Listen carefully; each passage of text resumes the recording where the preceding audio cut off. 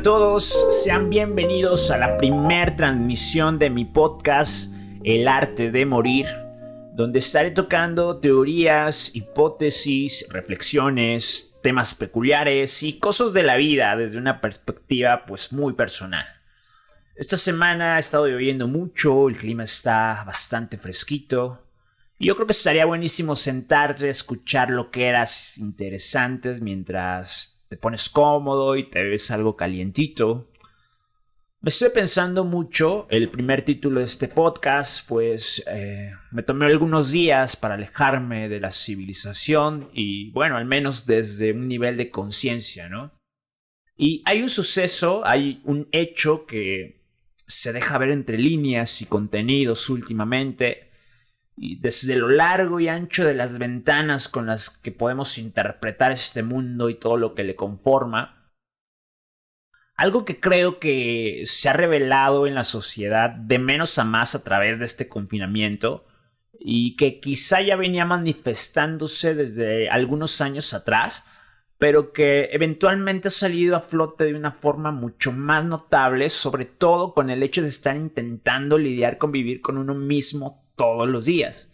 Y el tema de hoy, el tema de este podcast es la soledad.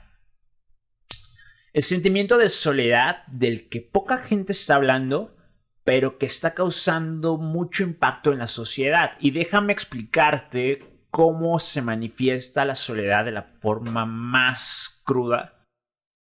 Porque sé que hay muchos temas que ya se han tocado en medios y redes sociales, como la depresión y el famoso échale ganas, ¿no? Pero el tema de la soledad es algo muy particular porque manifiesta muchos más síntomas. Es decir, acarrea consigo una serie de emociones como la depresión, la ansiedad, el desinterés, la procrastinación, la fatiga, el insomnio, el aumento de peso y un montón de enfermedades, ¿no? Creo que todavía queda mucho por estudiar a través de la soledad. Y quiero aclarar también lo que involucra sentir la soledad, porque comúnmente se relaciona con una persona físicamente solitaria. Y muchos pueden decir, no, pues yo tengo muchos amigos, ¿cómo voy a tener sentimientos de soledad? Vivo rodeado de mucha gente y toda mi familia, tíos, abuelos y la mayor cantidad de personas que se te ocurran. O puedes realmente estar rodeado de nadie y de igual forma sentirte solo.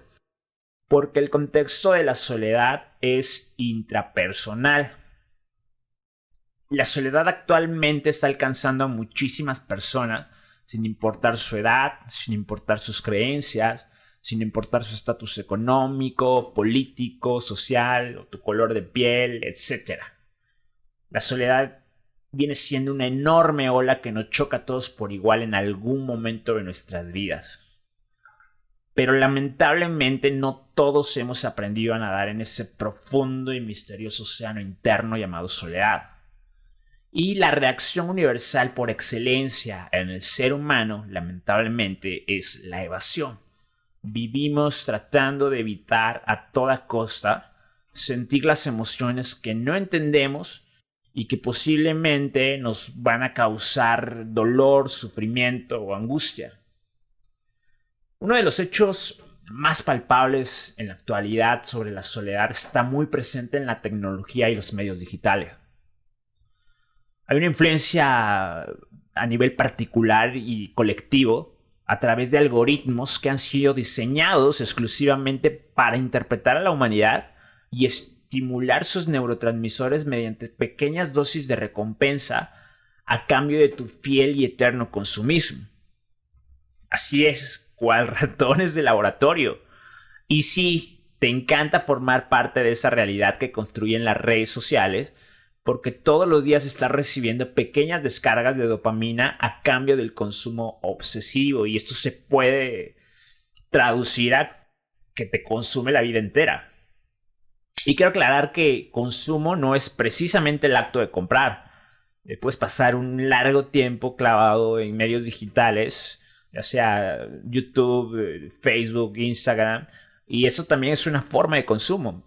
Me gustaría hacer otro podcast próximamente para hablar sobre el consumo en medios digitales, que también se me hace muy interesante. Y bueno, la cosa es que estamos obsesionados con las mini dosis de dopamina que nos regala un like o un comentario bien chulo en nuestra foto de perfil, ¿no? Porque nos crea esa falsa ilusión de pertenecer, de ser y existir. Y creemos que somos los protagonistas de nuestra propia historia y que tenemos el control de lo que somos y lo que nos gusta o no nos gusta, pero la realidad es que no tienes el control de lo que está pasando en este mundo virtual. Solo eres un espectador de una proyección bien definida por un ordenador que puede mover un mundo de información en cuestión de segundos y proporcionarte a través de tu monitor o de tu smartphone las tendencias de lo que tienes que consumir todos los días. Entonces, todos los días estás recibiendo nuevo contenido a una velocidad impresionante y tienes que estar dentro de este mundo virtual, porque de lo contrario pasas a ser desechado de la tribu. Y esto a nivel instintivo y subconsciente es muy peligroso, causa miedo. Hace miles de años necesitábamos pertenecer a una tribu, formar parte de tribus, porque era la única forma en la que podíamos garantizar la supervivencia. El hecho de ser rechazado o excluido de una tribu era prácticamente igual a morir. Por eso es que nadie quiere estar fuera de las redes sociales. Y te quiero contar un experimento que se llevó a cabo en los años 60, muy famoso. Quizás ya lo escuchaste, quizás no. Era un experimento que hicieron con ratas.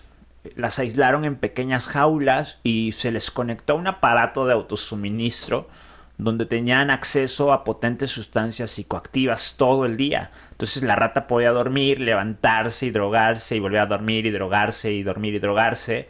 Y resulta que la mayoría de las ratas, pues dominadas por sus hábitos, elegían y preferían las drogas por encima del agua e incluso por encima del alimento, hasta que un día finalmente morían. O sea, las ratas preferían la droga a vivir.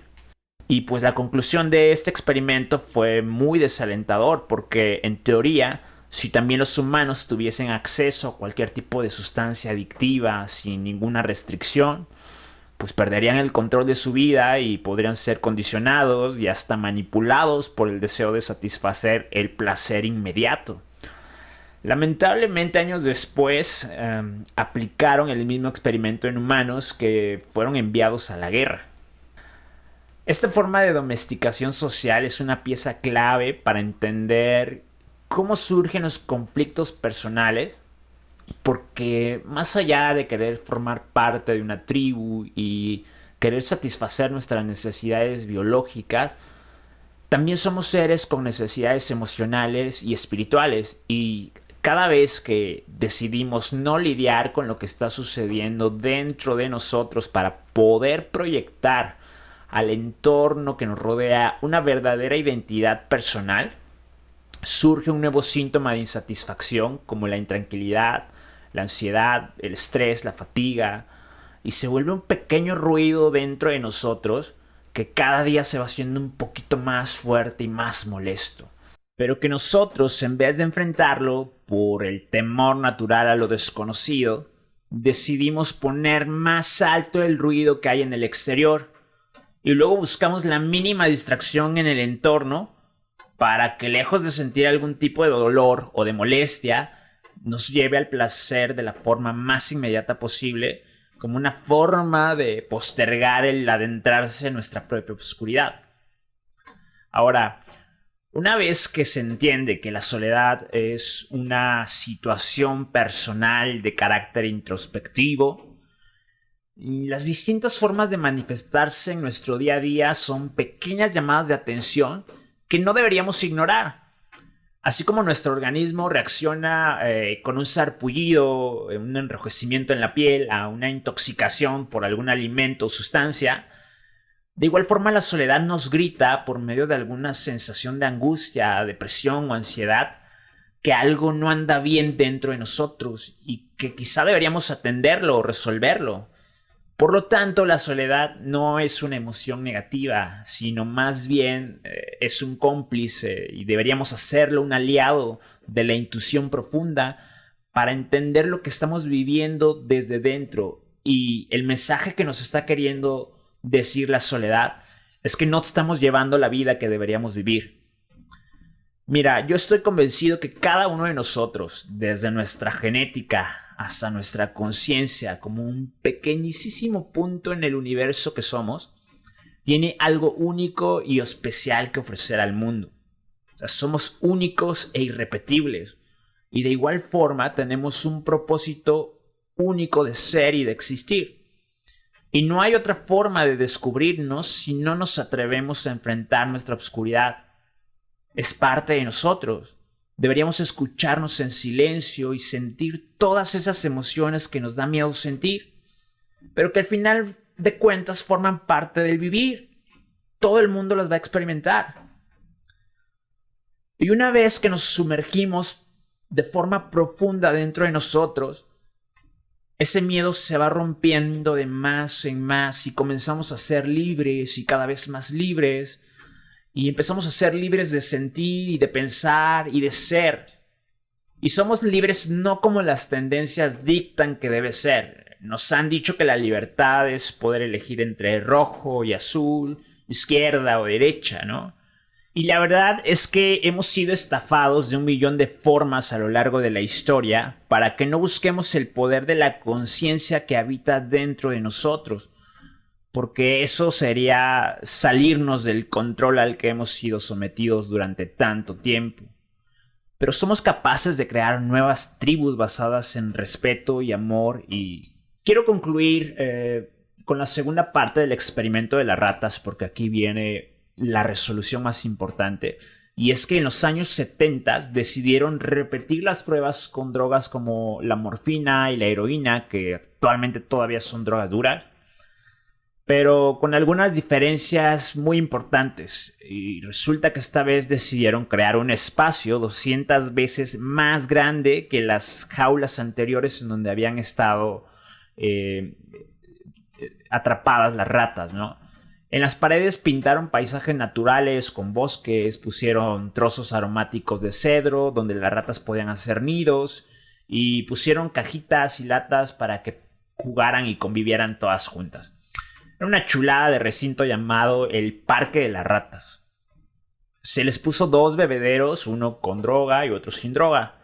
Después de varios días de experimento, resulta que las ratas del parque evitaban las sustancias tóxicas porque se daban cuenta y comprendían que las sustancias entorpecían sus sentidos, mientras que las ratas que estaban aisladas en jaulas seguían consumiendo y consumiendo y consumiendo hasta la muerte. Y bueno, posteriormente añadieron a las ratas que ya eran adictas a las sustancias tóxicas dentro del parque, y estas comenzaron a resistir su deseo de intoxicación porque en su entorno les permitía convivir con otras ratas que eran libres y sanas. Entonces, finalmente llegaron a la conclusión que la sustancia no era el factor que influenciaba los hábitos de las ratas, sino la forma de soledad en la que habían estado viviendo por largos periodos de tiempo. Quiero usar esta analogía, no para decirte que somos ratas, no, pero quiero decirte que tú tienes la capacidad de liberarte de esa jaula de la soledad que no te permite conocer el verdadero potencial que hay dentro de ti. Creo rotundamente que cada vez somos más los que decidimos salir a explorar el mundo real que nos conecta con el propósito de vida.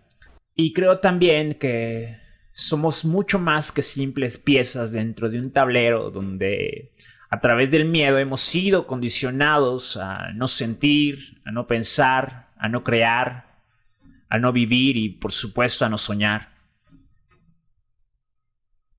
Quiero que pongas a prueba tu propia oscuridad, que te adentres en lo más profundo de tu ser y te empiezas a descubrir y amar. Para terminar este podcast, te quiero dar 3 consejos que a mí en lo particular me han funcionado mucho para trabajar en el sentimiento de la soledad. Y el primer consejo es: busca aprender algo nuevo. Puede ser un idioma, tocar un instrumento, dibujar, alguna manualidad, cantar, no lo sé. Debe ser algo que te guste mucho, algo que te atraiga y que te motive, porque deberíamos estar siempre motivados y deberíamos encontrar cosas que nos gusten, que nos apasionen, porque eso nos va a mantener alejados de los sentimientos que nos obscurecen, ¿no? El consejo número 2 es busca hacer contacto con la naturaleza. No sé, tómate un fin de semana para ir a algún parque o para visitar a algún familiar que viva lejos. Si tienes mascotas, dedícales tiempo, sal a caminar y respira aire fresco. Si puedes añadir algún deporte, muchísimo mejor. El deporte siempre nos mantiene en un mood muy agradable y por supuesto también nos segrega dopamina, ¿no? Y el último consejo, y creo que es el más importante, desconéctate. Desconéctate de redes un poco, desconéctate de los medios digitales un poco, desconéctate de la televisión, de programas, de noticieros, porque resulta que la pregunta es, ¿estás consumiendo todo eso o todo eso te está consumiendo a ti? Ponlo a prueba, ponlo en práctica y déjame saber cómo te fue. Esto ha sido todo por este podcast. Si te gustó y crees que el contenido merece la pena, compártelo, te lo voy a agradecer muchísimo. Si quieres que hable de algún tema en particular, también déjame saber en los comentarios. Y nos vemos en una próxima emisión.